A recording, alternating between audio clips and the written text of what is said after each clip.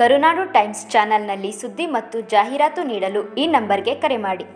ಕನಕಪುರದಲ್ಲಿ ಭೀಕರ ಅಗ್ನಿ ಅವಘಡ, ಒಂದೇ ಕುಟುಂಬದ ಮೂವರು ಚಿಕಿತ್ಸೆ ಫಲಿಸದೆ ಸಾವು.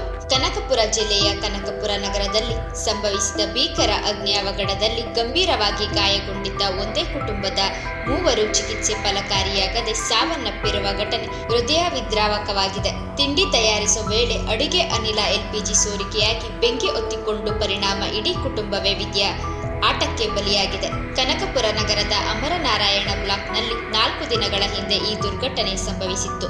ಮನೆಯವರು ಬೆಳಗಿನ ತಿಂಡಿ ತಯಾರಿಸುತ್ತಿದ್ದ ಸಂದರ್ಭದಲ್ಲಿ ಅನಿರೀಕ್ಷಿತವಾಗಿ ಗ್ಯಾಸ್ ಸಿಲಿಂಡರ್ನಿಂದ ಅನಿಲ ಸೋರಿಕೆಯಾಗಿದೆ.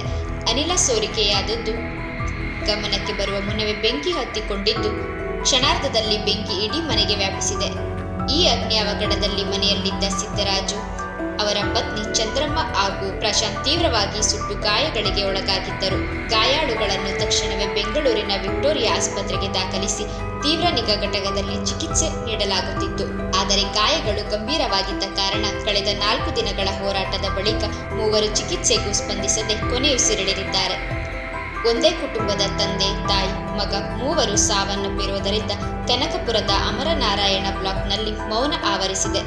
ಬಡ ಕುಟುಂಬವೊಂದು ಅಡುಗೆ ಮನೆಯ ಸಣ್ಣ ನಿರ್ಲಕ್ಷ್ಯ ಅಥವಾ ತಾಂತ್ರಿಕ ದೋಷಕ್ಕೆ ಬಲಿಯಾಗಿರುವುದು ಸ್ಥಳೀಯರಲ್ಲಿ ಕಣ್ಣೀರು ತರಿಸಿದೆ.